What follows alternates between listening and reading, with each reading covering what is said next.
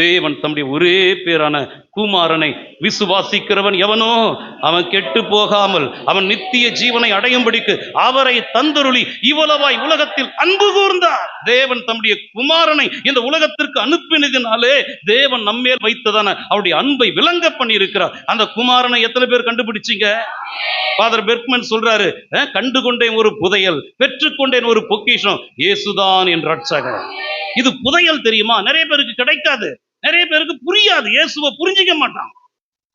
நம்ம எல்லாம் இயேசுவை புரிந்து கொண்டோம், சத்தியத்தை அறிந்து கொண்டோம்.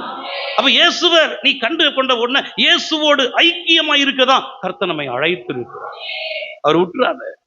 அப்ப இயேசுவோடு ஐக்கியமா இருக்க தேவன் நம்மை அழைத்திருக்கிறார். இயேசு நம்மை பரிசுத்தம் பண்ணுகிறவர். ஆகவே இயேசு யார் அப்படின்னா அவர் நம்முடைய தகப்பன்.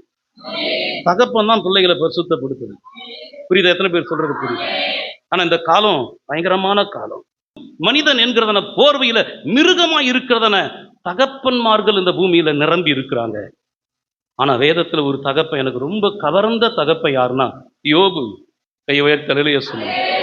யோபு தான் பிள்ளைகளை அவனை போல ஒரு நல்ல தகப்பனை பைபிள்ல பார்க்கவே முடியாது. மற்றதெல்லாம் தருதலையா விட்டது. யாரா இருந்தாலும், தாவீதா இருந்தாலும் சரி, அவன் சாமுவேலா இருந்தாலும் சரி, அவன் ஏலியா இருந்தாலும் சரி, பிள்ளைகளை அடக்க அவனுக்கு தெரியல. ஆனா யோபு எப்படிப்பட்ட, அவனுக்கு எத்தனை பேரு? அவனுடைய பிள்ளைங்க 7 குமாரர்கள் இருந்தாங்க, 3 குமாரத்திகள் இருந்தாங்க. செல்வந்தன், பணத்துக்கு குறையே கிடையாது. சகல கிழக்கத்தி புத்திரரிலும் அவன் எப்படிப்பட்டவனா இருந்தான் அப்படின்னா அவன் எல்லா விதத்திலும் கர்த்தர் அவனை ஆசீர்வதித்து இருந்தார். செல்வங்கள் இருந்தது. அந்த 7 குமாரர்களும் தன்னுடைய சகோதரிகள் 3 பேரையும் ஒவ்வொருத்தரும் ஒவ்வொரு நாளா தான் வீட்டுக்கு அழைத்து அவங்களுக்கு விருந்து கொடுப்பாங்களாம். ஒவ்வொரு நாளும் ராஜ விருந்து தான். ஆனா இப்படியே நடக்கும்போது யோபு அதுல திளைத்து போய் இல்ல, யோபு அதை குறிச்சு அசதியா இல்ல. அசதியா இருக்கிறவன், அசதியாய் ஊழியம் செய்கிறவன் சபிக்கப்பட்டவன் பைபிள்ல சொல்லப்பட்டிருக்கு. நாம் நம்முடைய வீட்டுல நம்மளை தாயா வச்சிருக்கிறாரு, ஆண்டவர் தகப்பனா வச்சிருக்கிறாரு. இந்த இடத்துல எங்களை ஊழியக்காரனா கர்த்தர் வச்சிருக்கிறாரு. பயம் பிடிக்கும், ஆண்டவரே நான் அசதியா இருக்கக்கூடாது ஐயா, நான் அசதியா இருக்கக்கூடாது. யோபு எப்படிப்பட்டவன் தெரியுமா?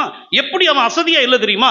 தாம் பிள்ளைகளை கண்காணிப்பதிலே என்ன பண்றான் என் பிள்ளை, எங்க போறான், விருந்து செய்யறாங்க, ஓகே தான்.